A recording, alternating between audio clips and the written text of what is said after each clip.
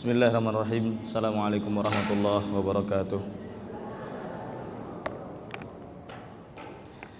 Innal hamdalillah nahmaduhu wa nasta'inuhu wa nastaghfiruh wa na'udzu billahi min shururi anfusina wa min sayyiati a'malina.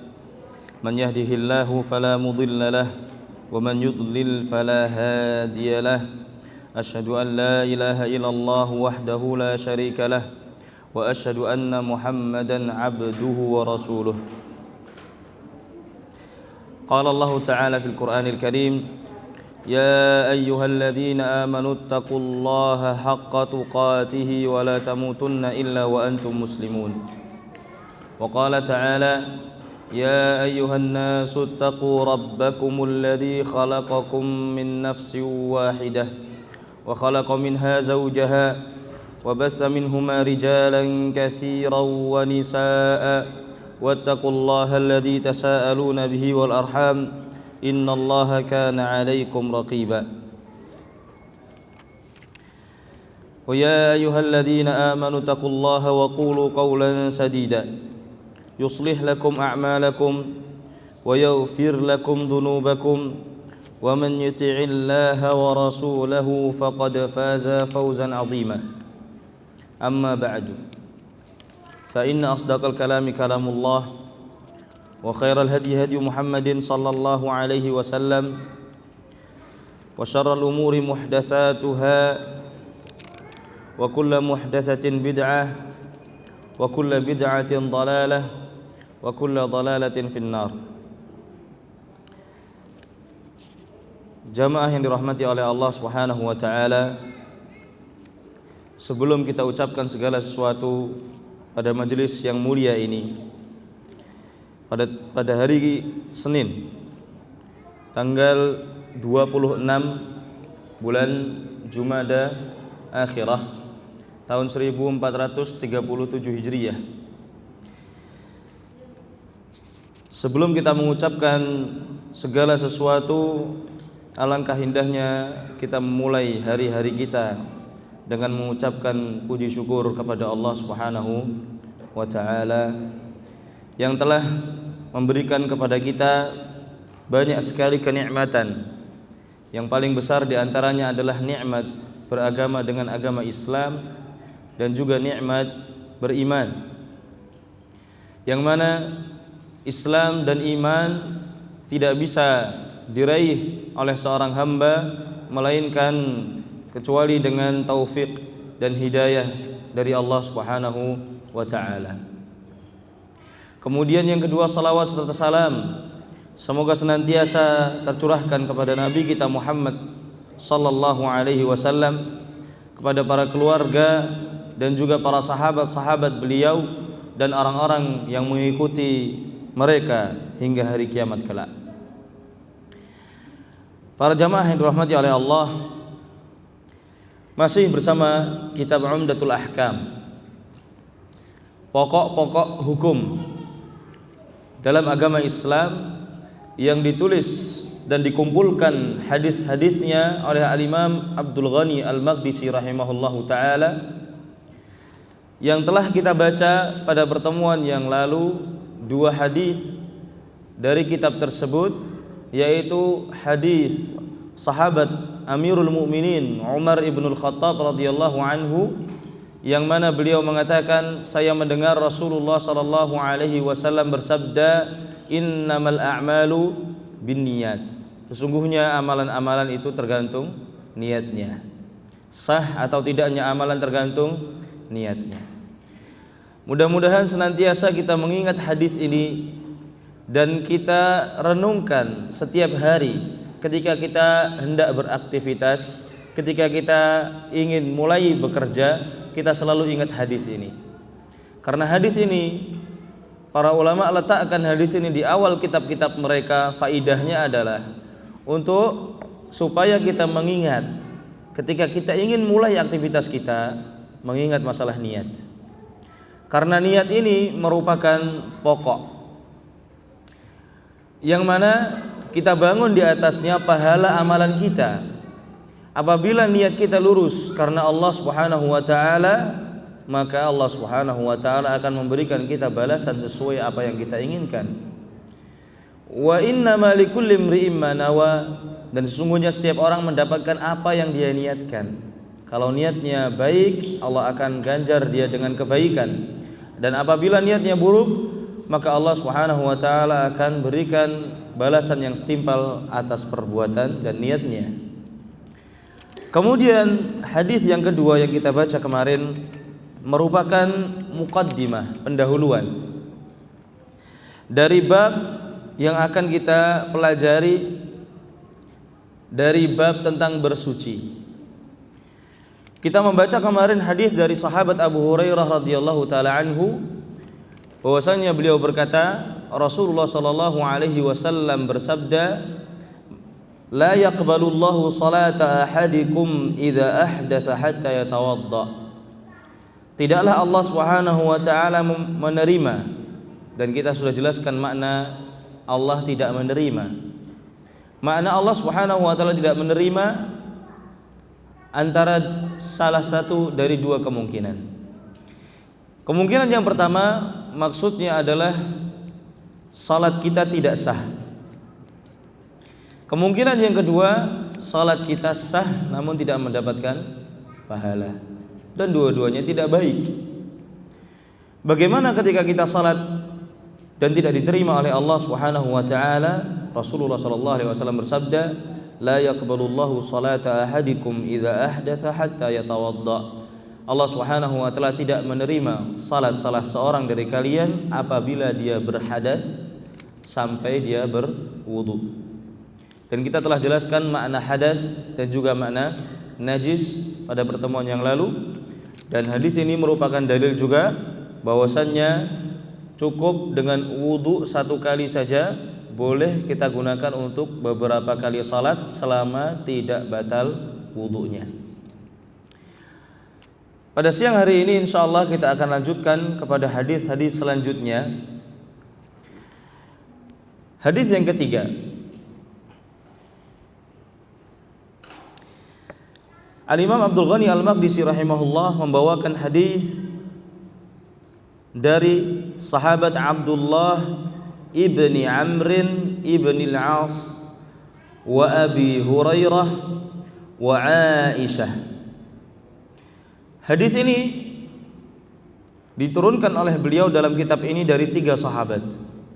Yang pertama sahabat Abdullah bin Amr bin As, yang kedua sahabat Abu Hurairah, yang ketiga adalah Ummul Mukminin istri Rasulullah sallallahu alaihi wasallam, Aisyah radhiyallahu anhum. Semoga Allah meridai mereka. Qalu, ketiga-tiganya berkata, qala Rasulullah sallallahu alaihi wasallam, Rasulullah sallallahu alaihi wasallam bersabda, wailun lil a'qabi minan nar, celaka bagi tumit-tumit minan nar, karena tumit-tumit tersebut akan masuk neraka. Hadis ini ada kisahnya, yang mana kalau dalam ilmu Al-Quran kita ketika belajar tafsir ada ilmu yang disebut dengan asbabun nuzul. Asbabun nuzul, sebab-sebab turunnya ayat. Seperti misalkan surat Al-Mujadilah yang sangat populer, yang disunahkan untuk dibaca ya oleh setiap orang, apalagi terutama orang-orang yang sudah berkeluarga. Karena di dalam surat ini banyak tentang hukum-hukum tentang keluarga, suami dan istri. Di situ Aisyah radhiyallahu taala anha, beliau juga meriwayatkan bahwasannya ada seorang wanita yang datang kepada Rasul sallallahu alaihi wasallam yang bertanya kepada beliau tentang suaminya yang mengatakan kepada dirinya, anti alayya ka dhahri ummi, engkau wahai istriku seperti punggung ibuku sendiri. Maksudnya tidak boleh ditunggangi karena punggung untuk menunggang. Maksudnya tidak boleh dijimai. Maka wanita ini ketika mendengar suaminya mengatakan hal tersebut, datang kepada Rasul sallallahu alaihi wasallam bertanya tentang hukum ucapan ini. Apakah ucapan ini cerai ataukah bukan? Ketika dia datang kepada Rasulullah sallallahu alaihi wasallam, maka Allah Subhanahu wa taala turunkan surat Al-Mujadilah. Qad sami'a Allahu qaulal lati tujadiluka fi zawjiha. Sungguh Allah telah mendengar perkataan, ya, keluhan wanita yang berdialog denganmu tentang suaminya. Ketika itu Aisyah radhiyallahu taala anha mengucapkan subhanalladzi wasi'a sam'uhul aswat. Maha suci Allah yang pendengarannya bisa mendengarkan semua suara. Aisyah menceritakan, saya ketika itu berada di rumah yang mana wanita itu datang kepada Rasul sallallahu alaihi wasallam, itu pun suaranya samar-samar saya dengar. Namun Allah Subhanahu wa taala dari atas langit ketujuh Allah menurunkan ayat qad sami'a Allah. Sungguh Allah telah mendengar. Dan para ulama menulis kitab-kitab tentang asbabun nuzul. Dan ini sudah populer. Adapun hadis, maka ada juga ulama-ulama yang menulis asbabul wurud istilahnya, bukan asbabun nuzul, tapi asbabul wurud, sebab datangnya hadis. Di antaranya Al-Imam As-Suyuti rahimahullahu taala. Al-Imam As-Suyuti ulama yang cukup populer di Indonesia, dan beliau adalah salah satu pemuka di madhab Syafi'iyah, dan beliau merupakan murid dari Al-Imam Ibnu Hajar Al-Asqalani, ya, sekitar abad 9-10 Beliau menulis kitab yang berjudul Asbabu Wurudil Hadis, sebab-sebab datangnya hadis, ya, sebab-sebab kenapa Rasulullah SAW mengucapkan hadis tersebut. Di sini sebab Rasulullah SAW mengucapkan celaka, tumit-tumit yang akan masuk neraka. Ketika itu dikisahkan oleh Al-Imam Al-Bukhari rahimahullahu taala bahwasannya Rasulullah sallallahu alaihi wasallam ra'a qauman, melihat sekelompok kaum muslimin sahabat beliau, wa aqabuhum taluhu, sedangkan tumit-tumit mereka masih berkilauan, ya, tidak basah terkena air. Kemudian Rasulullah sallallahu alaihi wasallam mengangkat suara beliau dengan keras dan menegur mereka, wailun lil aqabi minan nar, celaka tumit-tumit yang akan masuk neraka. Kenapa? Karena mereka tidak menyempurnakan wudu mereka. Hadis ini merupakan dalil, ya, faidah dari hadis ini adalah bahwasannya wajib bagi seorang muslim yang ingin melakukan salat, apabila dia berwudu, untuk menyempurnakan wudunya dengan cara membasuh anggota-anggota badan yang diwajibkan untuk dibasuh dan mengusap anggota badan yang diwajibkan untuk diusap. Anggota badan yang wajib dibasuh atau dicuci sebagaimana Allah Subhanahu wa taala sebutkan, ya ayyuhalladzina amanu idza qumtum ila shalah, wahai orang-orang yang beriman, apabila kalian ingin melaksanakan salat, faghsilu wujuhakum, maka cucilah, basuhlah wajah-wajah kalian. Wa aydiyakum ilal marafiq, dan tangan-tangan kalian sampai siku-siku. Wamsahu biru'usikum, dan usaplah kepala kalian. Wa arjulakum, dan cucilah kaki kalian, ilal ka'bain, dari ujung jari sampai kedua mata kaki. Ini anggota-anggota wudu yang wajib untuk dibasahi. Adapun keterangan secara lengkapnya insyaallah akan datang pada hadis nomor 8 nanti, yaitu hadis dari Humran Maula Utsman ibnu Affan ketika Utsman bin Affan mendemonstrasikan wudu ala Nabi sallallahu alaihi wasallam. Jadi cara wudu Nabi sallallahu alaihi wasallam, dan insyaallah kita akan bahas di sana. Hadis berikutnya, hadis nomor 4.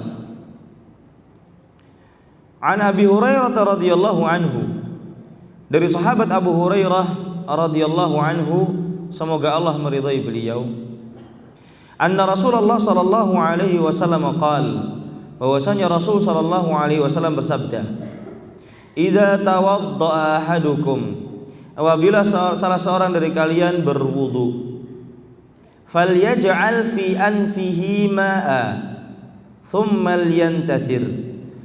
Falyaj'al, hendaklah dia jadikan fi anfihi, di dalam hidungnya air. Maksudnya sambil berkumur. Kalau tadi di ayat ya, kita sebutkan anggota-anggota wudu ini wajah, kemudian tangan kanan dan kiri, kemudian kepala, kemudian kaki. Di dalam hadis Abu Hurairah ini ada keterangan tambahan. Dan keterangan ini sifatnya, redaksinya perintah langsung dari Rasul sallallahu alaihi wasallam. Berbeda dengan hadis yang nomor 8 yang akan kita baca nanti, itu praktek. Jadi bukan perintah. Jadi praktek wudu yang dilakukan oleh sahabat Utsman, mencontohkan wudu yang pernah dia pelajari dari Rasul sallallahu alaihi wasallam.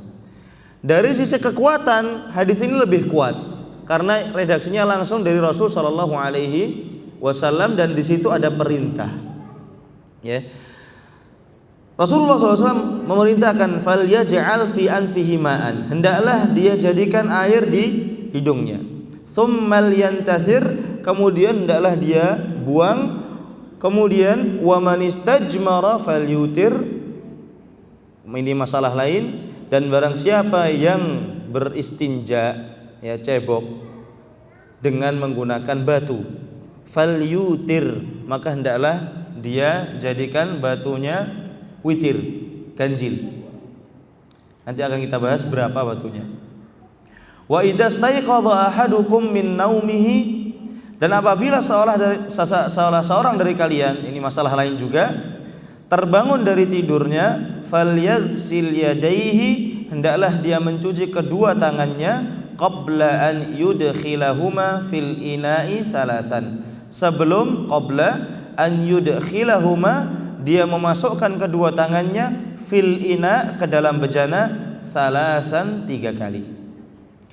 Kenapa? Fa inna ahadakum la yadri aina batat yaduhu, karena kalian tidak tahu di mana kedua tangannya bermalam. Ya, apakah menyentuh tempat-tempat yang najis ataukah tidak? Ya. Masalah yang pertama, dalam hadis ini ada beberapa masalah. Yang pertama, perintah untuk membersihkan rongga hidung ketika kita berwudu. Kemudian dibuang lagi airnya. Jadi bukan hanya sekedar mengambil air kemudian kita bersihkan dengan kedua jari, bukan. Ya. Tapi caranya kita mengambil air sambil berkumur juga bisa. Kemudian sebagian air kita masukkan ke mulut, kita gunakan untuk berkumur, sebagian lagi kita masukkan ke hidung. Kemudian kita buang dengan tangan kiri. Ya, kita buang dengan tangan kiri. Nah, ini tata caranya. Wa fil lafzi Muslimin, di sini dijelaskan dalam lafaz Imam Muslim lebih jelas lagi, falyastansyiq bimin kharaihi minal ma, hendaklah dia menghirup air dengan kedua rongga hidungnya. Dalam riwayat lain, man tawaddaa falyastansyiq, barang siapa yang berwudu hendaklah dia menghirup air masuk ke dalam hidung.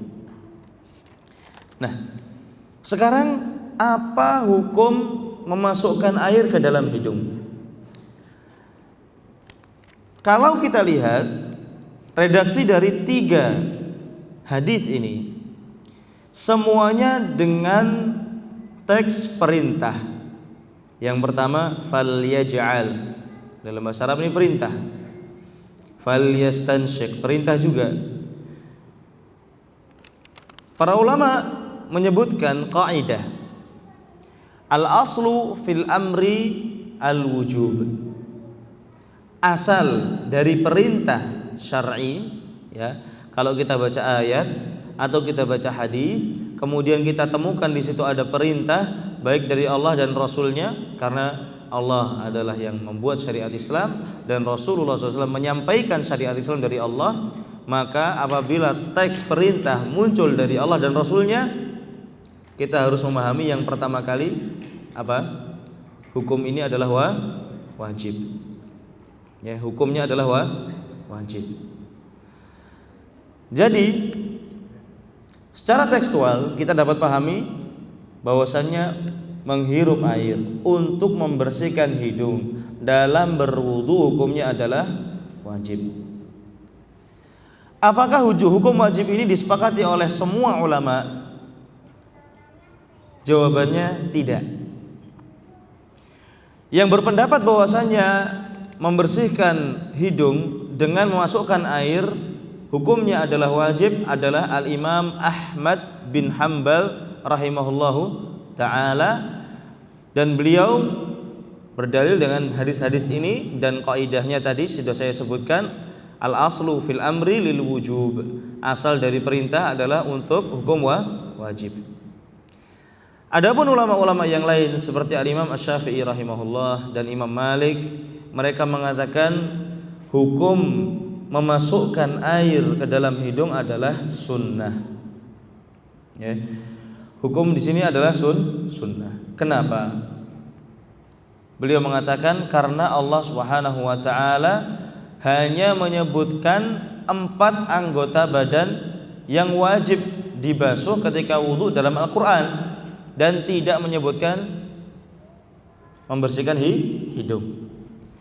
Dan ketika Nabi SAW ditanya oleh salah seorang sahabat yang dia tidak bisa salat karena dia baru masuk Islam ketika itu, bagaimana saya berwudu? Maka Rasulullah SAW mengatakan kepada sahabat ini, tawaddo kama amarakallah, berwudulah kamu sebagaimana Allah perintahkan. Pemahamannya sebagaimana Allah perintahkan berarti di mana? Al-Quran atau hadis?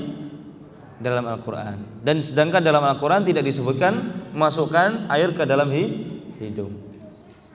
Ya. Namun pendapat yang paling kuat, wallahu taala alam, adalah wajib. Ya, wajib kita membersihkan kedua lubang hidung dengan air dimasukkan kemudian dikeluarkan, karena Rasulullah SAW dalam wudunya selalu melakukan ini. Dan keberadaan hadis ini tidak disebutkan dalam hadis yang lain bukan berarti ini tidak wajib. Ketika tidak ada dalam Al-Quran bukan berarti ini tidak wajib, karena Rasul SAW sebagaimana sudah kita jelaskan pada pertemuan yang lalu, di antara fungsi hadis adalah menambahkan syariat yang tidak ada dalam Al-Quran. Wallahu ta'ala a'lam. Masalah yang kedua, masalah istijmar atau dikenal dengan istilah istinja. Dalam bahasa kita ya cebok, membersihkan kotoran setelah buang air, baik buang air besar ataupun buang air kecil.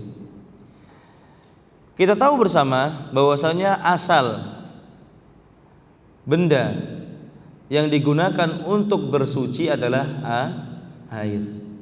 Di sini Rasulullah SAW memberitahu kita bahwasanya bisa juga digunakan untuk bersuci selain air. Di sini menggunakan batu. Ada alat bersuci ketiga, yaitu debu dalam masalah tayamum yang insya Allah akan kita bahas nanti. Jadi alat-alat bersuci dalam agama Islam adalah yang pertama air, yang kedua debu dalam tayamum, yang ketiga batu. Nah, di sini ada beberapa masalah. Yang pertama, apabila ada air, ya, apakah kita harus menggabungkan air dan batu dan debu? Jawabannya tidak. Air lebih afdol. Ya paling baik air. Karena air membersihkan tempat yang terkena najis sampai tidak tersisa sama sekali. Ya. Beda dengan batu. Batu ini dia datang sebagai ganti, badal dari air ketika tidak ada air. Misalkan kita sedang jalan ke hutan, tidak menemukan air, atau ke gunung misalkan, ya. Misalkan kita sekarang hiking, misalkan naik gunung, kemudian ya di puncak gunung nggak ada air biasanya, ya. Maka di sana kita menggunakan batu. Nah, batu yang digunakan di sini Rasulullah SAW katakan falyutir, hendaklah dia gunakan batu tersebut bilangannya witir. Witir itu ganjil. Bilangan ganjil dimulai dari angka 1, 3, 5 dan seterusnya. Di sini masalah yang kedua, berapa batu yang harus kita gunakan? Ganjil ini berapa? Apakah minimalnya 1 atau minimalnya 3 atau bagaimana? Pendapat yang paling kuat di sini, pendapat mayoritas ulama, Imam Syafi'i, Imam Ahmad dan lain-lain, mereka mengatakan minimal 3. Minimal 3. Karena Rasulullah SAW dalam hadis yang lain, ketika beliau berada di padang pasir, kemudian beliau buang hajat, beliau merintahkan para sahabat untuk mencari 3 batu. Kemudian mereka menemukan 1 batu, 1 tulang dan 1 kotoran keledai yang sudah kering. Maka Rasulullah SAW mengambil batunya, kemudian yang 2 dibuang, dan beliau mengatakan ini kotoran, nggak boleh dipakai untuk bersuci. Kemudian yang 1 tulang ini adalah makanannya jin, maka jangan dikotori. Jadi di sini Rasulullah SAW tidak hanya memperhatikan maslahat manusia saja, tapi beliau sebagai nabi yang universal, beliau juga memperhatikan hukum-hukum tentang jin. Maka beliau menerima batu tersebut 1 dan memerintahkan para sahabat untuk mencari kedua batu sisa. Dari sini kita dapat pahami bahwasanya wajib minimal 3 batu. Ini masalah yang kedua. Kalau seandainya tidak ada 3 batu, nah dalam keadaan darurat boleh kita gunakan 1 batu dengan syarat batu tersebut mempunyai 3 sisi. Ya. Baik. Masalah yang ketiga tentang cebok dengan batu. Apa hukum membersihkan tempat yang terkena najis dari badan kita, terutama setelah buang air? Jawabannya adalah wajib. Ya, jawabannya adalah wajib. Tidak boleh kita setelah buang air kemudian kita biarkan saja najis, karena ini menghalangi sahnya salat kita. Kemudian yang kedua, alasannya adalah dalam Sahih Bukhari, Al-Imam Bukhari menyebutkan sebuah hadis. Ketika itu Rasulullah SAW melalui 2 makam, 2 kuburan. Maka Rasulullah SAW berhenti dan beliau mengatakan kepada sahabat-sahabatnya yang berjalan bersama beliau, innahuma la yu'adzaban. Kedua penghuni kubur ini sedang disiksa oleh Allah Subhanahu wa taala. Dalam hadis ini ada keterangan tentang azab kubur. Wa ma yu'adzabani fi kabir. Dan keduanya tidak disiksa oleh Allah karena perkara yang besar, perkara yang gampang untuk dilakukan sebenarnya. Apa itu? Yang pertama, amma ahaduhuma fakana yamshi bin namimah.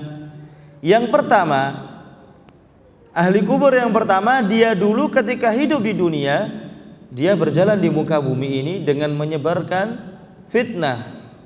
Dia suka memfitnah orang, ya, berkata kepada si A perkataan B, berkata kepada si C perkataan D, ya, menyampaikan informasi berbeda dengan tujuan untuk membuat permusuhan antara kedua belah pihak.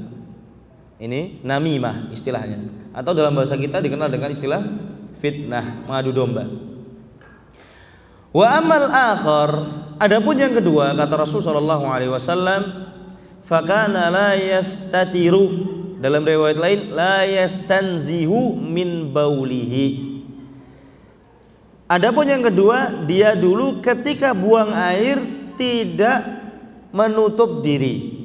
Jadi dia buang air di sembarang tempat dan tidak menutup aurat. Dalam redaksi lain, dia dulu tidak membersihkan bekas buang airnya. Di sini disebutkan keduanya disiksa. Apabila konsekuensinya adalah azab, maka kesimpulannya hukum membersihkan kotoran setelah buang air adalah wajib.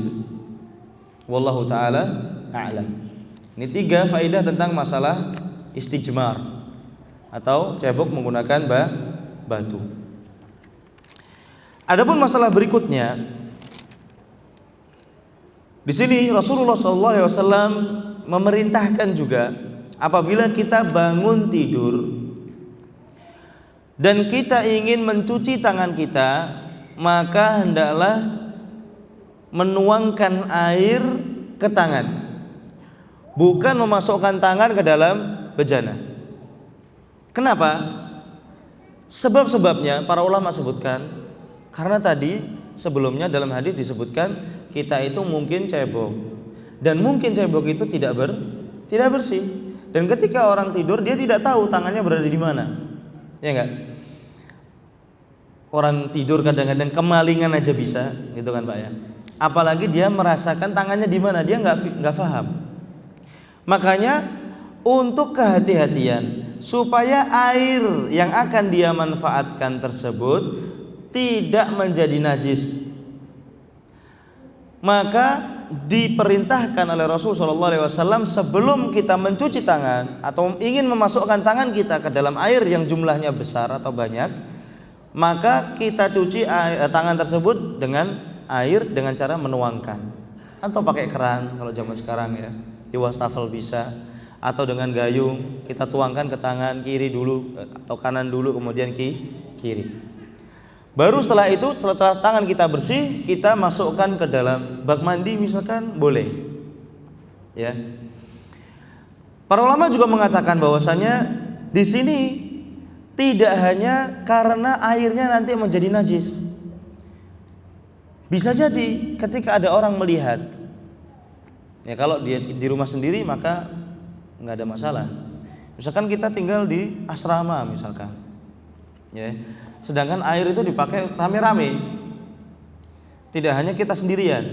Kemudian kita bangun tidur, ya, masuk ke kamar mandi, belum cuci tangan langsung dimasukkan ke bak mandi misalkan. Ada yang lihat. Kira-kira yang lihat jijik nggak? Jijik. Ya kan? Maka di sini termasuk faedah juga, ya, supaya air itu tidak mubadzir. Orang-orang tidak merasa jijik dari menggunakan air tersebut. Belum lagi kalau airnya dipakai untuk minum dan seterusnya. Jadi Islam mengajarkan kita untuk hemat, untuk tidak mubadzir, mengajarkan kita juga untuk menghormati hak-hak orang lain. Ya, meskipun sedikit masalah air. Jadi kalau ada orang lain yang akan memanfaatkan air tersebut, maka jangan kita mengotori air tersebut. Baik mengotori secara langsung, kita masukkan kotoran ke situ, atau dikira oleh orang lain kita mengotori. Karena kita nggak tahu. Di sini Rasulullah SAW mengatakan apa? Karena dia tidak tahu. Bisa jadi iya, bisa jadi enggak, ya kan? Ya kemungkinannya 50%, 50-50. Namun karena ada kemungkinan ini, orang yang melihat kita ketika ingin memanfaatkan air tersebut untuk air minum misalkan, atau dimasak atau lain-lain, ya, dia merasa jijik, akhirnya dia tidak jadi memanfaatkan air tersebut karena kita. Maka di sini Rasulullah SAW memerintahkan kita untuk mencuci tangan terlebih dahulu. Wallahu taala a'lam. Ini beberapa masalah yang kita bisa ambil dari hadis nomor 4. Hadis berikutnya, hadis nomor 5. Kita akan baca insya Allah sampai hadis nomor 6 pada siang hari ini, sampai masalah anjing. Baik.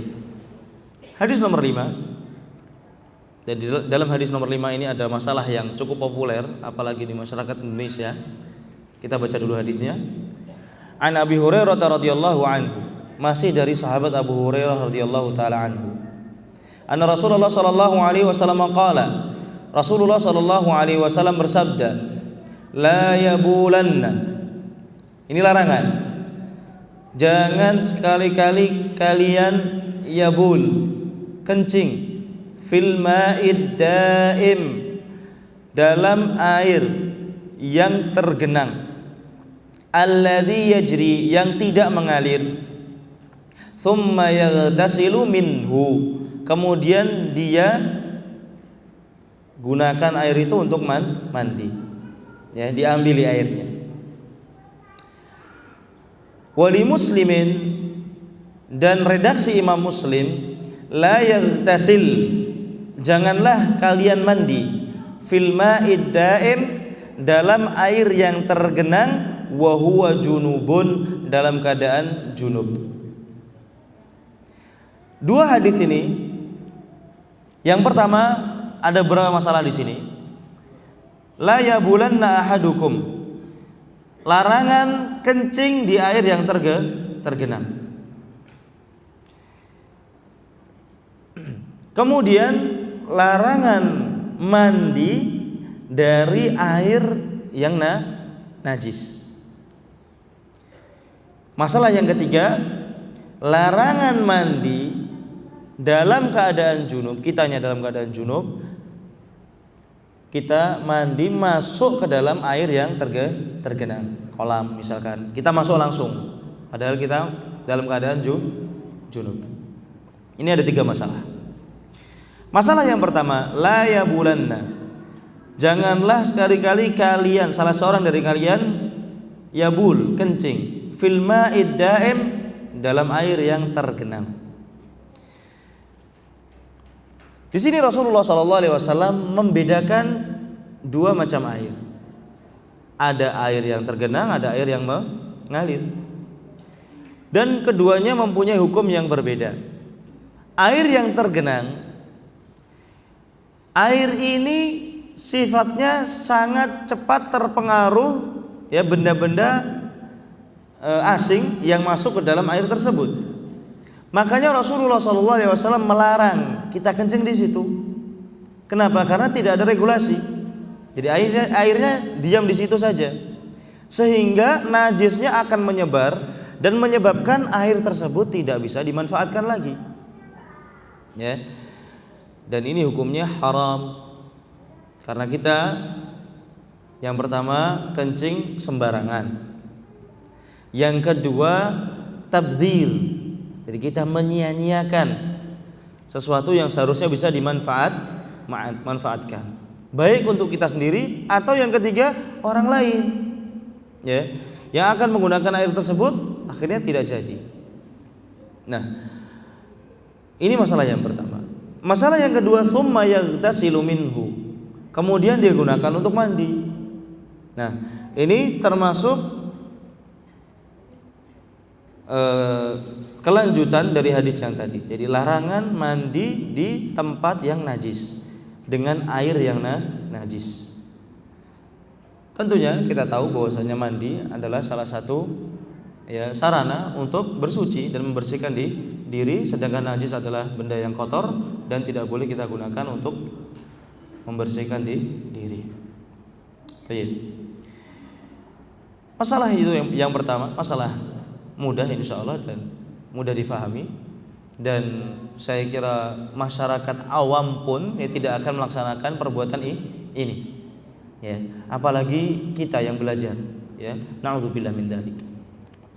Masalah yang ketiga, nah ini dikenal oleh para ulama dengan masalah air musta'mal, dan masalah ini sangat populer di Indonesia, air musta'mal.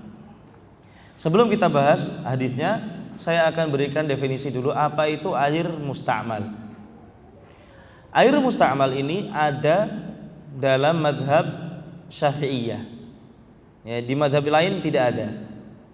Ya, ini istilah dalam madhab Syafi'iyah.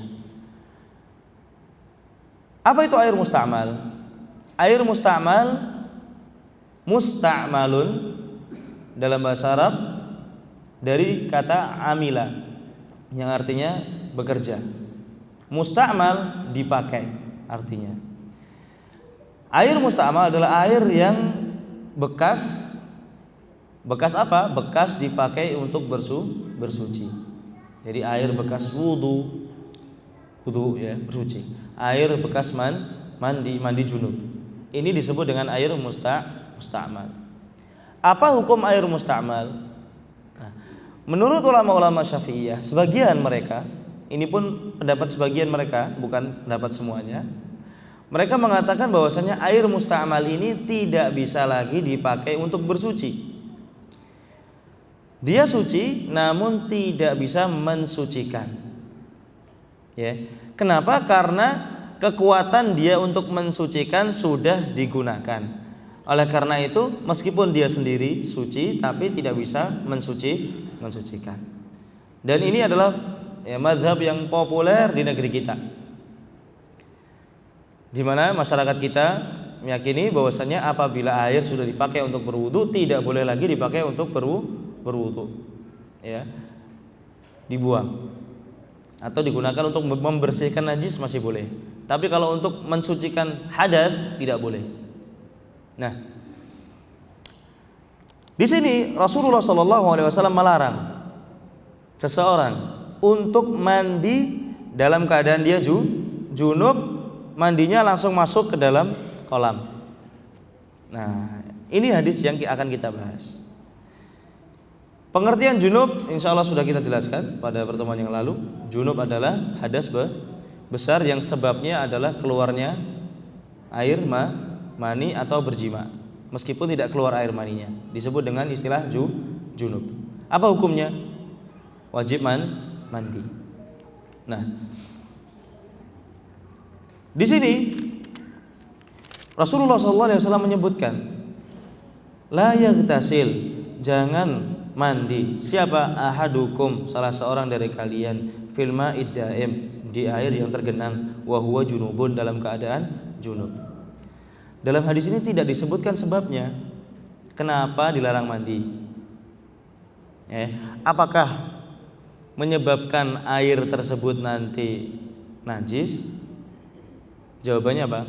Tidak, karena tidak ada najis di sini. Junub adalah hadas besar, dan hadas bukan benda. Ya, hadas itu sifat yang ada pada seseorang ketika dia mengeluarkan kotoran dari jalan belakang ataupun jalan depan. Ketika orang kentut, maka kentutnya nggak najis, tapi orang yang mengeluarkan angin dia disebut berhadas. Ketika dia kencingnya najis, kencingnya air yang keluar itu namanya najis. Adapun orangnya berhadas dan seterusnya. Ya. Tidak ada benda najis di sini. Dia masuk ke kolam misalkan, langsung masuk dalam keadaan junub, maka kemungkinan yang pertama kita keluarkan. Jadi dilarang bukan karena nanti airnya jadi najis. Karena apa? Kata ulama-ulama Syafi'iyah, karena nanti airnya nggak bisa lagi dipakai untuk bersuci. Karena air punya dua kekuatan, ya, suci dan mensucikan. Kalau kekuatan yang mensucikan sudah dipakai, maka tinggal satu, suci. Suci saja tidak bisa digunakan untuk mensucikan. Contohnya air kopi, Pak. Kopi suci atau mensucikan? Suci saja. Boleh nggak pakai berwudu kopi? Nggak boleh. Ya. Nah, jadi seperti kopi jadinya. Ya, nggak bisa dipakai untuk bersuci lagi. Nah, di sini untuk mengklaim bahwasannya alasannya adalah nanti airnya tidak bisa dipakai untuk bersuci lagi, butuh dalil. Ya enggak? Karena di sini tidak disebutkan dalam hadis ini. Ya. Tidak ada keterangan dari Rasulullah SAW tentang masalah airnya. Keterangannya di sini cuma larangan mandi dalam air tergenang dalam keadaan junub. Apakah Rasulullah SAW menjelaskan nanti airnya begini dan begitu? Tidak. Ya. Maka ulama-ulama yang lain mengatakan alasannya adalah seperti alasan yang ada pada hadis tadi, masalah memasukkan kedua tangan ke dalam air. Karena orang-orang yang melihat kalau ada orang junub masuk ke dalam air, maka mereka akan merasa jijik sehingga air tersebut tidak dimanfaatkan lagi oleh orang lain. Manfaat apa? Ya umum, mau bersuci, ada orang lain mau mandi jadi jijik, ya kan? Ada orang lain mau berwudu dari situ jadi jijik, atau ada yang memakai air tersebut untuk minum misalkan atau dimasak, jadi jijik semua akhirnya. Ya, inilah pendapat yang dikuatkan oleh mayoritas ulama dari kalangan Hanabilah, mazhab Hambali, sebagian Syafi'iyah, Malikiyah dan juga Hanafiyah dari pengikutnya Abu Hanifah, dan ini adalah pendapat yang paling kuat insyaallah. Jadi air musta'mal ada. Cuma hukumnya, masalahnya yang kita permasalahkan, apakah air yang sudah dipakai itu tidak bisa dipakai lagi? Jawabannya menurut mayoritas ulama fikih bisa. Masih bisa dipakai untuk bersuci. Ya. Bukan seperti yang dikatakan oleh sebagian ulama-ulama Syafi'iyah bahwasanya air yang sudah pernah dipakai tidak bisa dipakai lagi. Dan hadis ini tidak ada di dalamnya dalil bagi mereka yang mengatakan bahwasanya hukum airnya menjadi tidak bisa mensucikan, karena tidak disebutkan dalam hadis ini. Wallahu taala a'lam.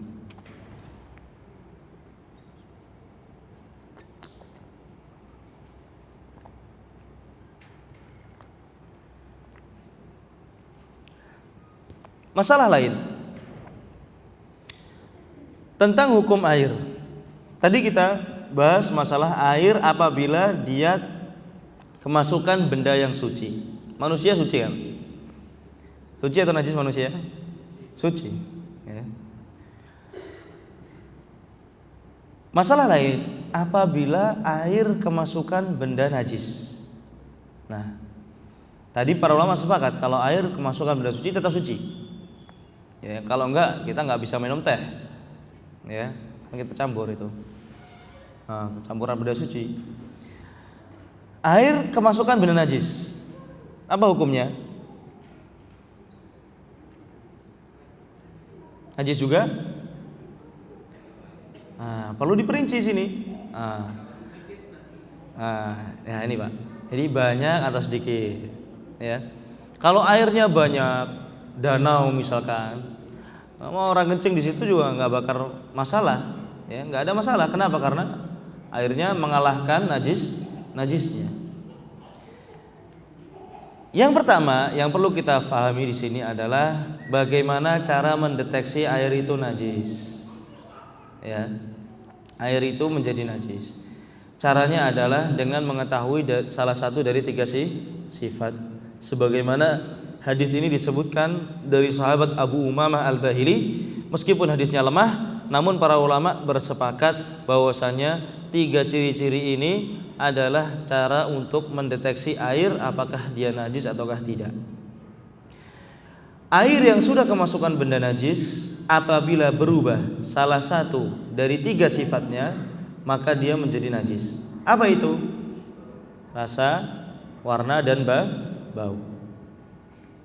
Nah, rasa kita akhirkan. Kita bahas masalah warna dan bau dulu. Warna, misalkan air kencing, ya itu biasanya warnanya agak kuning.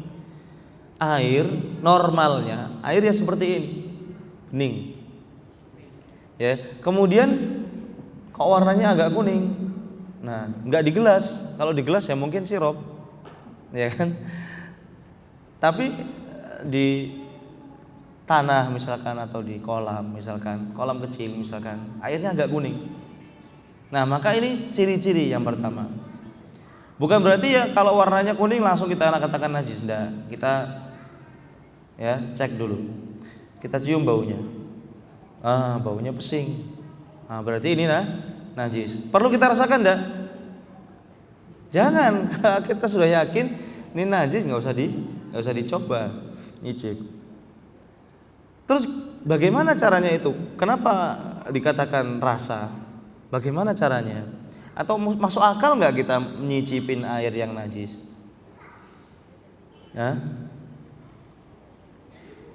Ini bisa kita gunakan dalam kasus kalau kita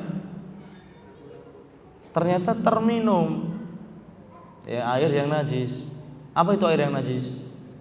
Bukan selalu dengan kencing ya. Bangkai misalkan. Bangkai. Apa pengertian bangkai, Pak? Bu. Binatang yang tidak disembelih dengan cara syar'i. Itu bangkai. Menurut atau pemahaman kebanyakan orang, bangkai itu yang busuk. Ya, iya enggak? Kalau kita dengar kalimat bangkai, berarti ada hewan busuk bau. Bukan, itu bukan bangkai. Bukan bangkai secara syariat. Bangkai secara syariat ini adalah hewan yang tidak disembelih dengan cara yang syar'i meskipun masih segar. Ya, meskipun masih segar. Ada orang ya punya kambing misalkan, untuk menghemat karena dia nggak punya kulkas, dipotong kakinya, panggang, biarin hidup dulu, potong ekornya besoknya, boleh ndak? Haram. Ini termasuk bangkai. Kenapa? Karena tidak disembelih dengan cara yang syar'i. Ada orang ya pengen masak ayam, tapi caranya disengat dengan listrik, boleh ndak? Haram. Ini termasuk bangkai karena tidak disembelih dengan cara yang syar'i. Nah, kalau disembelih dengan cara yang syar'i, lehernya kita gunakan pisau atau benda-benda yang tajam yang lainnya selama bukan tulang atau gigi, digigit misalkan, ya, menggunakan pisau misalkan, dan kita putus urat nadi yang ada di lehernya sampai untuk mengeluarkan darah, ya, dan kotoran-kotoran yang ada dalam darah tersebut sudah hilang semua. Inilah sembelihan yang syar'i, dilakukan oleh seorang muslim, dia baca bismillah, kemudian disembelih syar'i, halal. Selain itu namanya apa? Bangkai. Nah, kita makan, jadi supaya gambarannya nggak jauh-jauh nih Pak, kita bikin contoh. Masa ada orang makan bangkai gitu kan? Busuk, enggak. Jadi ayam kita dikasih tetangga kita. Nah, mungkin kita lagi lapar, langsung kita makan. Baru kita sadar, tetangga saya ini bukan muslim. Ya. Maka sembelihannya adalah haram, bangkai. Najis enggak? Nah, misalkan najis, atau misalkan daging anjing misalkan. Nah, kita lagi jalan-jalan ke Solo, ada warung banyak sana sate anjing. Ya enggak? Solo banyak tuh Pak. Warung-warung pinggir jalan, sate guguk. Ya, makan. Kita nggak tahu. Ternyata dikabari ini daging anjing. Nah, di sini ada rasa di bibir kita. Kita harus cuci, bersihkan. Ya, kita bersihkan sampai rasanya hilang. Kalau rasanya masih, berarti masih ada najisnya. Sampai rasanya hilang berarti najisnya sudah tidak ada. Paham di sini ya? Baik. Nah, jadi kembali kepada masalah air. Kalau airnya tidak sampai berubah tiga sifatnya ini, maka masih suci dan bisa dipakai untuk mensucikan. Namun kalau berubah salah satu dari tiga sifat ini, ya, imma kemungkinannya yang pertama dia suci tapi tidak bisa digunakan untuk mensucikan. Kalau berubah warnanya, misalkan kita campur dengan kopi, apakah kopi kita pakai berwudu? Enggak. Tapi apakah dia najis? Kalau campurannya bukan benda najis ya tidak. Tapi kalau campurannya benar najis dan berubah warna, maka najis. Demikian pula bau. Kalau bercampur dengan benar najis dan baunya berubah, maka dia menjadi najis. Demikian pula rasa, kalau bercampur dengan benar najis dan rasanya berubah, maka dia juga najis. Wallahu taala a'lam. Baik. Hadis nomor 6 terakhir.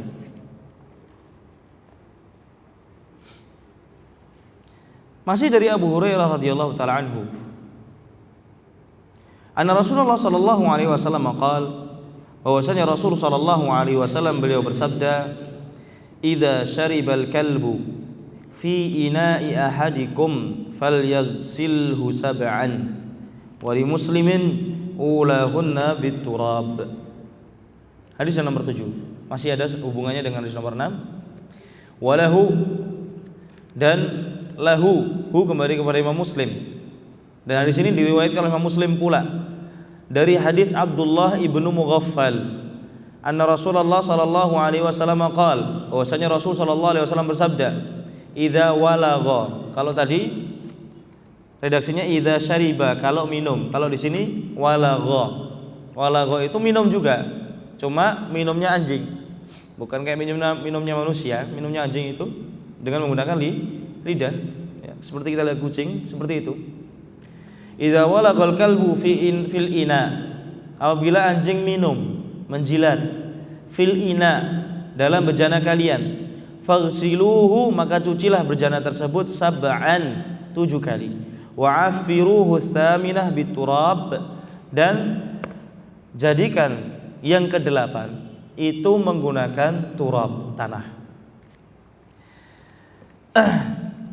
Di sini ada 2 hadis. Dan kalau kita lihat kebiasaan para ulama tadi, ya, ada hadis dikumpulkan, masalah mandi tadi, larangan kencing dalam air yang tergenang, larangan mandi dalam air yang tergenang dikumpulkan. Ini kalau kita renungkan adalah metode manhaj para ulama dalam mempelajari agama Islam. Tidak mengambil satu hadis dan meninggalkan hadis yang lain. Tidak comot satu ayat kemudian langsung dipahami sesuai dengan apa yang ada pada ayat itu, ya, dan semua konsekuensinya tanpa melihat kepada dalil-dalil yang lain. Ya. Metode beragama dalam Islam adalah ketika kita ingin mengeluarkan sebuah hukum, maka kita harus kumpulkan semua dalilnya dari Al-Quran, dari hadis, semuanya. Baru kita lihat satu persatu. Ya. Kaidah tadi yang saya sebutkan, misalkan al-aslu fil amri lil wujub, asal dari perintah adalah menunjukkan kewajiban. Kecuali kalau ada hadis lain yang menunjukkan bahwasanya ini tidak wajib, hukumnya sunnah. Misalkan wajib tapi Rasulullah SAW pernah meninggalkan, oh berarti bukan wajib, sunnah. Nah, makanya harus dikumpulkan dulu. Ya, jadi ini manhaj ahlu sunnah wal. Kalau kita ingin mengeluarkan hukum, harus kita kumpulkan semua sumbernya, semua referensinya harus ada. Kalau tidak, maka cacat hukum tersebut. Nah, contohnya di sini pembahasan tentang masalah anjing. Dan saya lihat ini penting karena kita berada di kota yang campur masyarakatnya. Kadang-kadang tetangga kita ada yang punya anjing, bahkan muslim pun kadang-kadang punya anjing. Sebelum kita bahas tentang hukum anjing najis atau tidak, saya ingin membahas satu masalah, apa hukum pelihara anjing? Ada yang tahu? Anjing boleh dipelihara kalau untuk menjaga ternak. Ya. Ada lagi, Pak? Berburu. Ada lagi? Jaga perkebunan. Ya. Nah, di sini Rasulullah SAW melarang. Jadi asalnya tidak boleh untuk memelihara anjing illa, kecuali kata Rasulullah SAW, kecuali 3 anjing. Kalba saydin wa kalba masyiyah wa kalba zira'ah. Anjing untuk berburu, ya. Yang kedua anjing untuk menjaga ternak.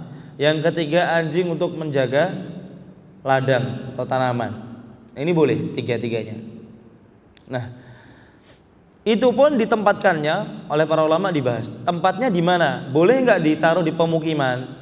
Ya, mayoritas ulama mengatakan tidak boleh ditaruh di pemukiman karena najis.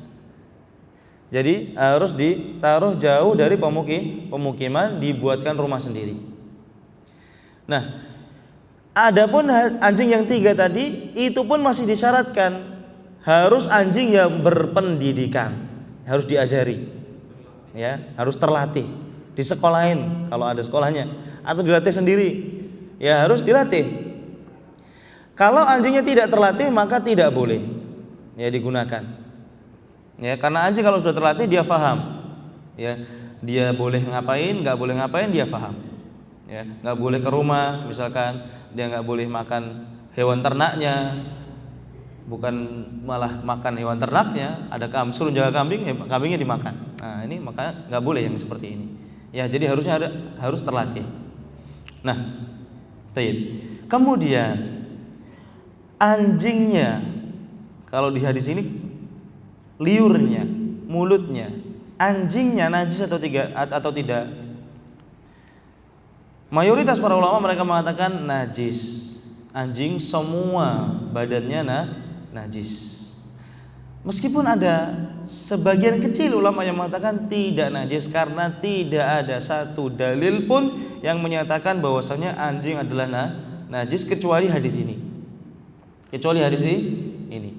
Dalam hadis ini tidak disebutkan badan anjing, tidak disebutkan daging anjing, tidak disebutkan kulit anjing, bulu anjing. Yang disebutkan cuma apa? Air liur anjing.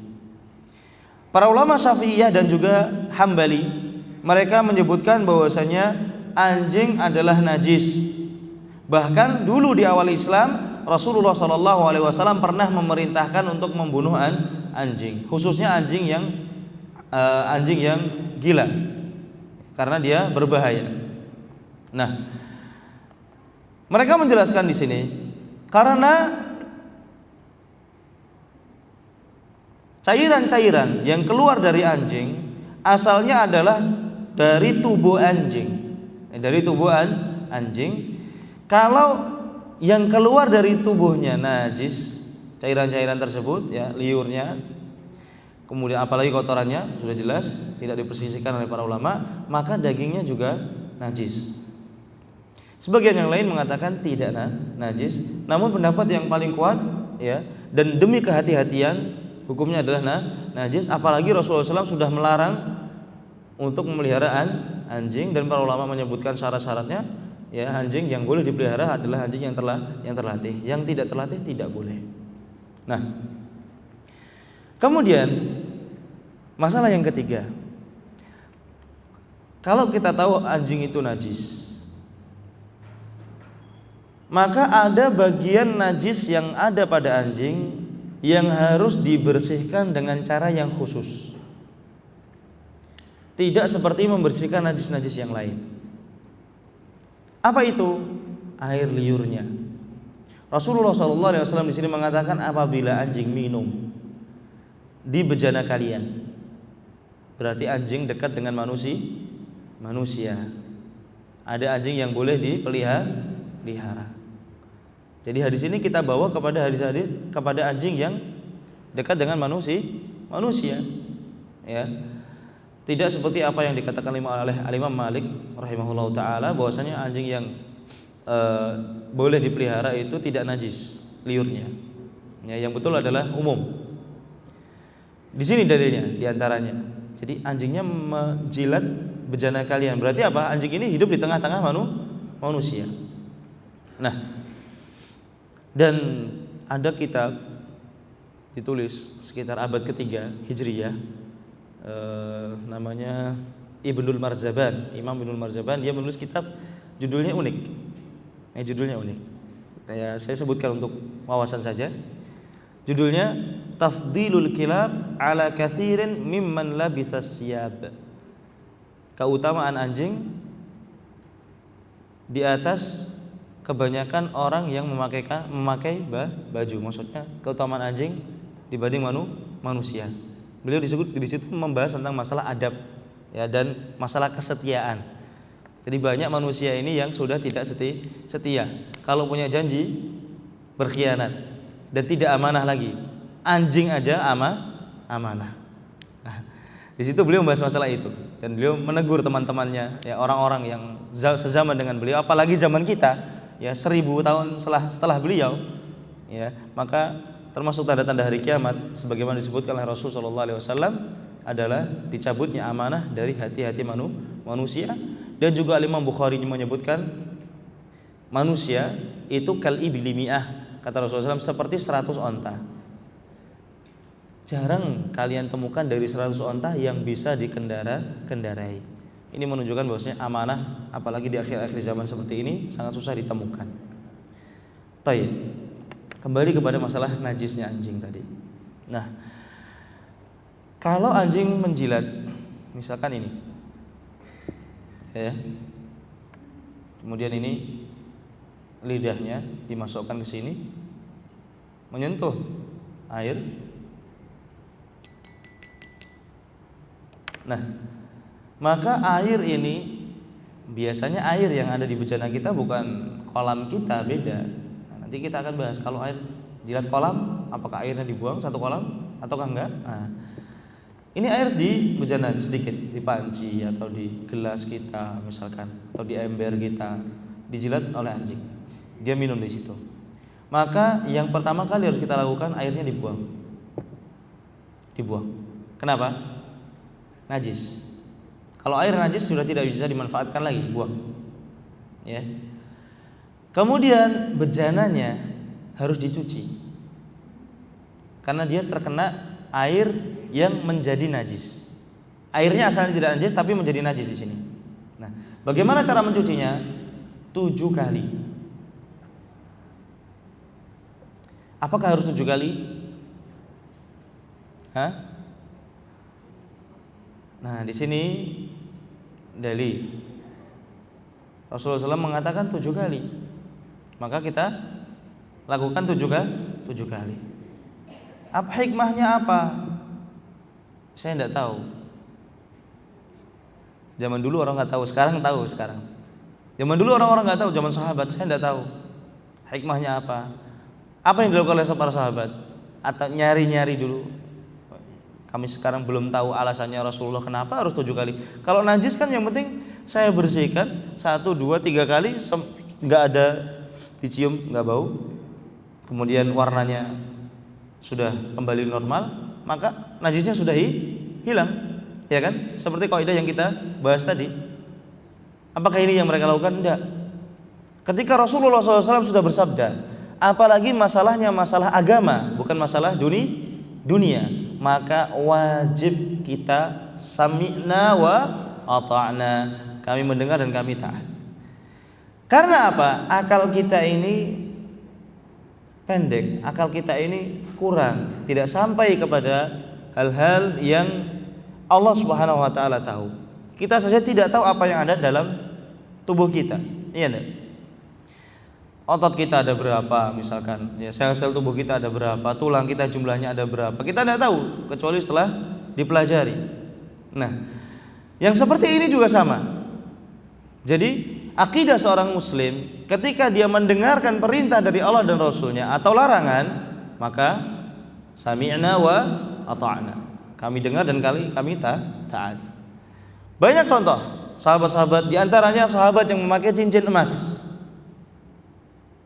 Kemudian Rasulullah SAW menasihati. Rasulullah SAW tidak mencelanya secara langsung, namun Rasulullah SAW mengatakan, ya'midu ahadukum ila jamratin minan nar fayada'uha fi yadihi.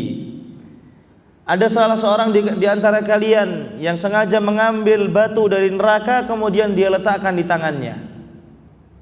Ya, maksudnya nyindir sahabat tadi yang pakai cincin emas.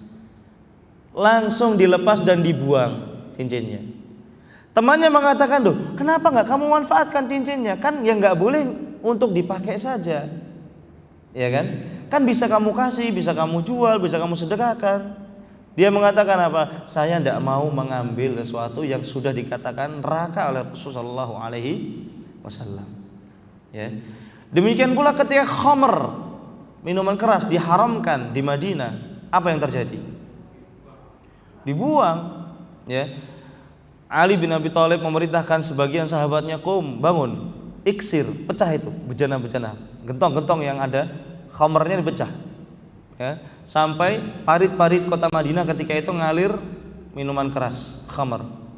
Ya, ini yang dilakukan oleh para sahabat. Demikian pula ketika turun ayat tentang wajibnya berhijab, para wanita langsung ngambil kain, tutup wajah-wajah mereka, kepala mereka tutup semua. Nah, ini sikap kita. Dan ini yang harus kita tanamkan kepada anak-anak kita. Nah, zaman dulu susah untuk percaya hadis-hadis yang kayak gini. Ya, seperti contoh masalah lalat. Apabila lalat jatuh ke dalam gelas kalian, maka dicelup kemudian dibuang. Kemudian Rasulullah mengatakan, karena salah satu sayapnya ada racun, satunya lagi ada penawarnya. Tahu dari mana? Dia bukan dokter, ya kan? Nah, sama dengan di sini juga. Namun di sini Syekh Ahmad Muhammad Syakir, beliau adalah ulama ahli hadis Mesir. Ya, kira-kira 200 tahunan yang lalu, bukan 200 tahunan. 100 tahunan yang lalu. 50 sampai 100 tahun yang lalu beliau di Mesir, termasuk ahli hadisnya di sana. Dan beliau adalah anaknya guru besarnya Grand Syekhnya Al-Azhar ketika itu, Syekh Muhammad Syakir. Beliau mengatakan, beliau mengomentari masalah ini. Beliau katakan, qad dhahara minal buhusit tibbiyah al-haditsah, kedokteran modern telah menetapkan bahwasannya kenapa dicuci ya dalam hadis Rasulullah SAW itu sampai 7 kali. Hal itu karena fi ama'i aktsaril kilabi dudatun syaritiyyatun saghiratun jiddan. Ada cacing pita di dalam perut anjing yang kecil sekali, panjangnya sekitar 4 mm kata beliau. Fa idza rasal kalbu kharajat buwaidatuha bi kasratin fir raus. Apabila anjing tersebut buang air, biasanya telur-telur dari cacing tersebut keluar bersama kotoran anjing. Fa yalsaqu katsirun minha bisya'ri alladhi bil qurbi min duburih. Kemudian menempel di bulu-bulu yang dekat dengan daerah kemaluannya, di duburnya. Nah, dan kebiasaan anjing itu membersihkan tubuhnya dengan menjilat, ya, dijilati tubuhnya. Kucing juga begitu, ya kan? Anjing sama. Nah, wa tantashiru fi baqiyati sya'rihi, akhirnya menyebar di seluruh tubuhnya.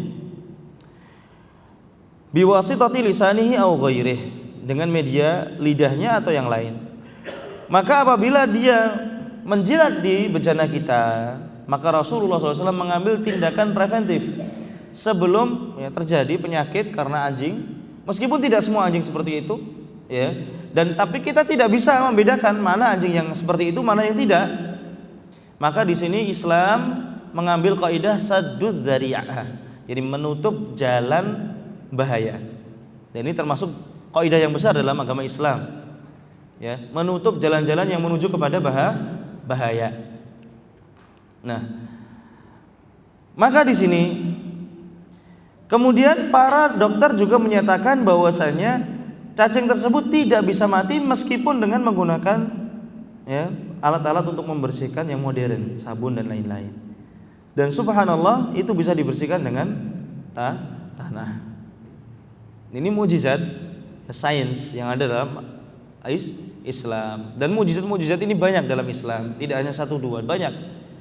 Ya, dan ini menjadi sebab ya, ilmuwan-ilmuwan barat masuk dalam agama Islam, walillahil hamd. Nah, jadi ini kenapa kita disuruh untuk mencucinya sampai 7 kali. Baik.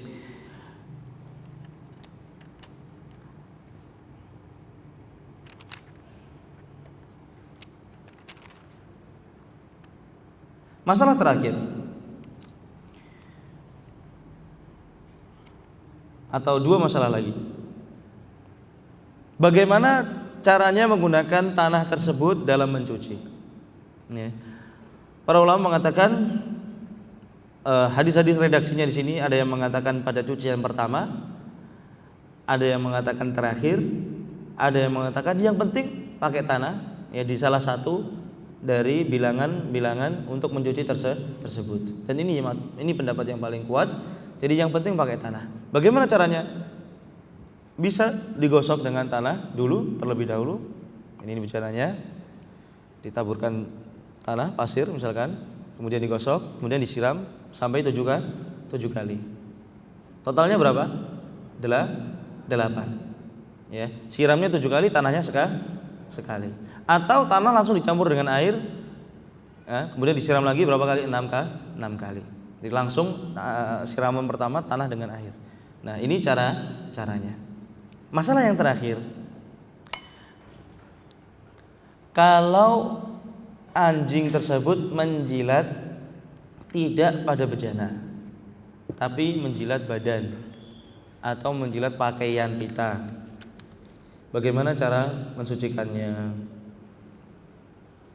Apakah harus pakai tanah ataukah tidak? Di sini wallahu taala alam, para ulama Syafi'iyah mereka mengatakan enggak wajib pakai tanah. Ya.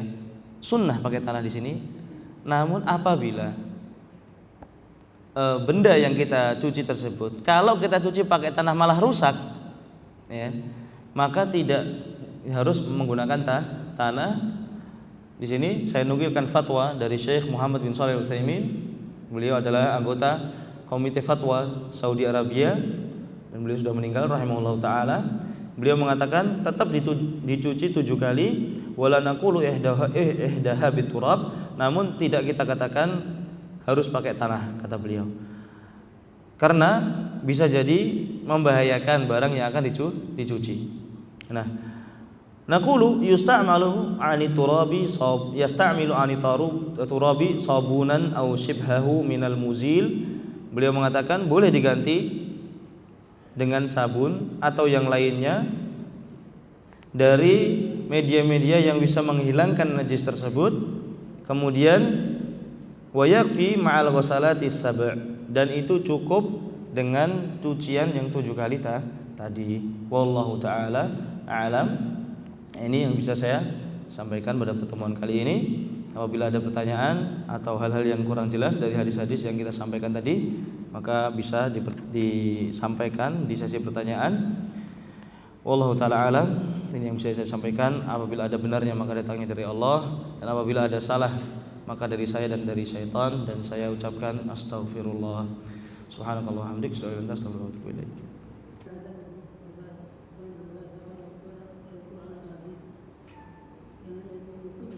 Nguping.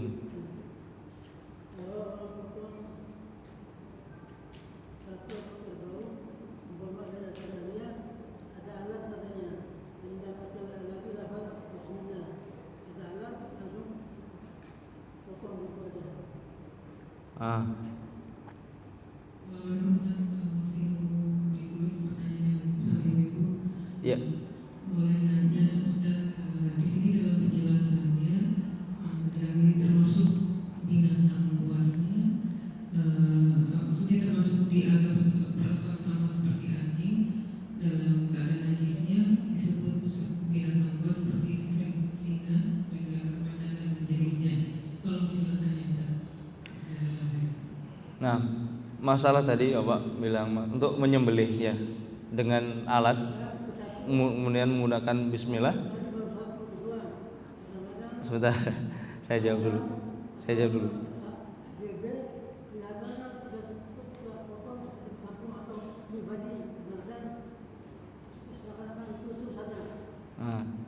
Sudah cukup. Iya. Adapun menyembelih, sebenarnya ini pembahasan yang nanti insya Allah ada keterangannya juga tentang alat-alat yang digunakan untuk menyembelih. Namun karena ada pertanyaan saya jawab. Jadi kalau menyembelih menggunakan alat-alat misalkan di pabrik zaman sekarang, kemudian dengan mengucapkan basmalah sekali saja, maka para ulama mengatakan boleh apabila jaraknya tidak lama, ya. Bismillah kemudian menyembelih semuanya boleh. Adapun kalau cuma dilubangi maka tidak sah sembelihannya. Jadi harus potong urat nadi yang ada di leher, dilubangi saja tidak cukup. Wallahu a'lam. Ada pertanyaan yang kedua tadi, tentang masalah apakah hewan-hewan buas yang lain seperti serigala dan lain-lain hukumnya sama seperti anjing. Walau alam, saya belum bahas masalah ini. Insya Allah saya akan tunda jawabannya sampai pertemuan yang akan datang. Saya akan cari dulu apakah benar ya hewan-hewan buas yang lain hukumnya sama seperti anjing ataukah tidak. Meskipun ada hadis, namun hadis ini dipermasalahkan oleh para ulama. Hadis tentang kullatain, hadis dari Abdullah bin Umar, dan ini disebutkan oleh Imam Ibnu Hajar dalam Bulughul Maram. Di sini tidak disebutkan, ya karena bukan riwayat Bukhari dan Muslim. Jadi di sini tidak disebutkan. Di situ Abdullah bin Umar meriwayatkan ada sahabat yang bertanya kepada Rasulullah SAW tentang air yang mana hewan-hewan buas minum dari air tersebut. Maka Rasulullah SAW menjawab, apabila air tersebut mencapai 2 kullah. 2 kullah, satu kullahnya sekitar 200 liter lebih, ya 500 literan lah. Ya, apabila air sampai 500 literan, maka dia tidak lam yahmilil khabath, tidak bahaya dengan najis tersebut.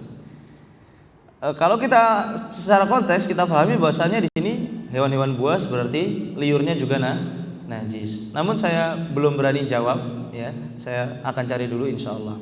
Wallahu taala alam. Baik. Ada pertanyaan yang pertama. Assalamualaikum. Waalaikumsalam warahmatullah. Memelihara anjing pahala kita berkurang 1 qirat setiap hari. Ukuran 1 qirat. Ukuran 1 qirat di sini ada beberapa hadis yang menjelaskan tentang masalah qirat. Di antaranya hadis yang berhubungan dengan bab adab jenazah. Di barang siapa yang menghadiri salat jenazah maka dia mendapatkan 1 qirat, dan barang siapa yang mengantarkan jenazah sampai dimakamkan dia mendapat 1 qirat. Maka Rasulullah SAW bertanya, wahai Rasulullah, 1 qirat itu seperti apa? Maka Rasulullah SAW mengatakan mislul jabalainil azimain, seperti 2 gunung yang besar.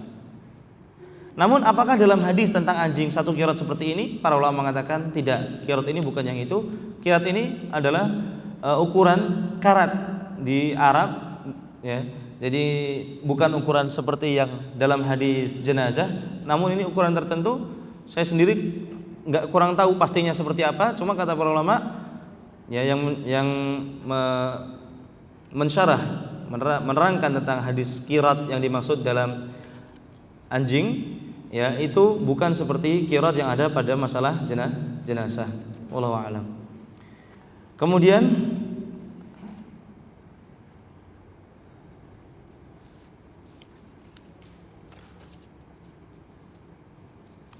Assalamualaikum, bagaimana dengan apa ini? Terkena hidung kucing. Apakah najis juga? Liur kucing apakah najis? Adapun untuk kucing, maka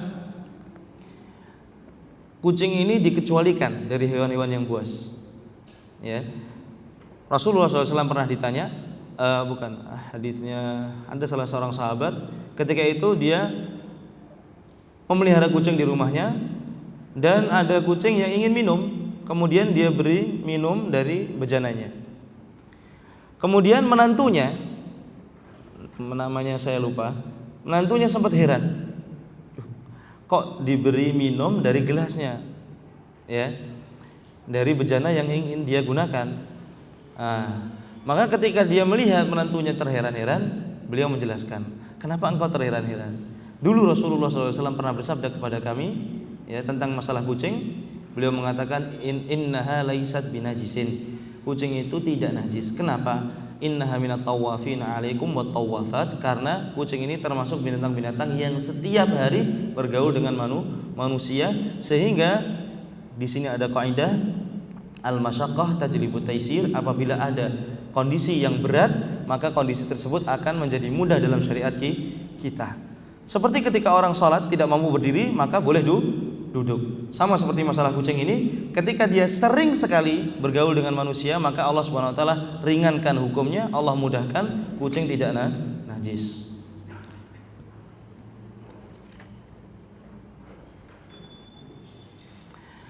Assalamualaikum, bagaimana hukumnya dengan air kolam renang di mana kemungkinan besar ada yang kencing di kolam renang? Terima kasih. Wassalamualaikum. Yang pertama, tadi sudah saya sebutkan hadis dari Abdullah bin Umar, yaitu hadis tentang qullatain, hadis tentang dua qullah, yang dijelaskan bahwasanya Rasulullah SAW mengatakan kalau air mencapai 500 literan maka tidak bahaya, maksudnya tidak akan terpengaruh dengan benda najis, apalagi najisnya sedikit. Kolam renang ini yang pertama, kolam renang macam-macam ya kan, ada yang kecil ada yang besar. Kalau lebih dari 500 liter, dan kemungkinan ada orang kencing biasanya renang, karena dia malas keluar, kan? Dia kencing situ, dan ini nggak boleh sebenarnya, haram. Larangannya sudah kita baca tadi. Di hadisnya siapa? Abu Hurairah. Jelas tadi hadisnya. La yabulan ahadukum fil ma'id daim alladzi la yajri tsumma yaghtasilu min. Dia mandi di situ, dia kencing di situ. Nah, pas itu hadisnya Abu Hurairah tadi. Nggak boleh, haram. Tapi seandainya ada, maka kita lihat dulu airnya. Kalau airnya lebih dari 500 liter dan tidak berubah, maka tidak menjadi najis. Wallahu a'lam. Tanah yang seperti apa yang dapat digunakan untuk mensucikan? Tanah yang digunakan untuk bersuci tentunya tanah yang tidak najis. Cuma itu syaratnya, ya. Tanahnya boleh pasir, boleh tanah liat, yang penting tanah, yang penting dia tidak najis. Allah Subhanahu wa taala mengatakan sa'idan thayyiba, tanah yang thayyib, dalam ayat tentang tayammum. Dalam istinja, kalau ternyata kita tidak menemukan batu 3 sisi, apa yang harus dilakukan? Sudah dijawab, boleh dengan menggunakan 1 batu saja, yang penting punya 3 sisi, atau boleh juga menggunakan tisu kalau zaman sekarang. Yang penting bisa membersihkan tempat najis. Wallahu a'lam. Hadis apa ini? Najis liur anjing, cara mencuci diantaranya dengan tanah. Diawali dengan tanah, sementara hadis nomor 6. Hadis nomor 6, najis liur anjing, cara mencuci diawali dengan tanah. Sementara di nomor 7, mencuci yang ke-8 baru dicampur dengan tanah. Ini sudah saya singgung tadi. Jadi ada redaksi yang menunjukkan awwaluhunna biturab, yang pertama. Ada redaksi ihdahunna yang artinya salah satu. Ya, ada yang ukhrahunna yang terakhir. Yang menunjukkan bahwasanya semuanya boleh, mau di awal, yang penting ada tanahnya. Berapa batasan volume air? Ini sudah kita bahas juga. Kemudian ini panjang. Bolehkah membersihkan najis dengan tisu bila tidak ada air? Masalah ini diperselisihkan oleh para ulama. Ulama Syafi'iyah mengatakan tidak boleh, harus dengan air. Namun ini pendapat yang lemah, karena membersihkan najis itu yang kita lihat cuma satu, benda najisnya hilang. Ketika benda najisnya hilang, maka sudah suci dengan apapun medianya.